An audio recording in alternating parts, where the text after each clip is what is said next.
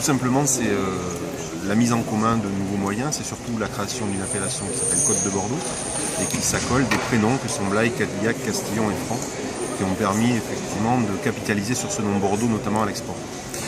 Ça, le nom Bordeaux, il parle beaucoup plus que les différents noms que vous aviez déjà. Bien sûr, Bordeaux est connu, internationalement connu.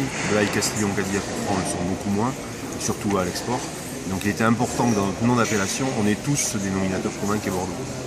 Ça veut dire aussi qu'il y a un terroir plus ou moins commun. Ça veut dire qu'il y a un terroir commun, qu'on est tous sur la rive droite de la Dordogne ou de la Garonne, qu'on a plutôt des parcelles en coteaux, d'où le nom de Côte de Bordeaux, plutôt des petites exploitations faites par des viticulteurs en famille. Voilà l'ADN des Côtes de Bordeaux. Économiquement, vous sentez véritablement la différence ? On sent effectivement un regain d'intérêt à la fois des producteurs qui nous rejoignent. On sait par exemple que les producteurs de Sainte-Foy-Bordeaux sont en train de monter un dossier pour s'appeler Sainte-Foy-Côte de Bordeaux. Donc quand une famille s'agrandit, c'est toujours signe de dynamisme et positif. Vous avez fait le test, vous avez demandé aux viticulteurs qui travaillaient avec vous s'ils étaient prêts à revenir en arrière. Alors on leur a surtout demandé s'ils n'étaient pas à continuer en avant, mais la soirée de ce soir, où pour fêter ces 5 ans, avec l'annonce de plus de 400 personnes ici, dont plus de 250 viticulteurs, je trouve qu'il y a un vrai regain de dynamisme autour de cette appellation.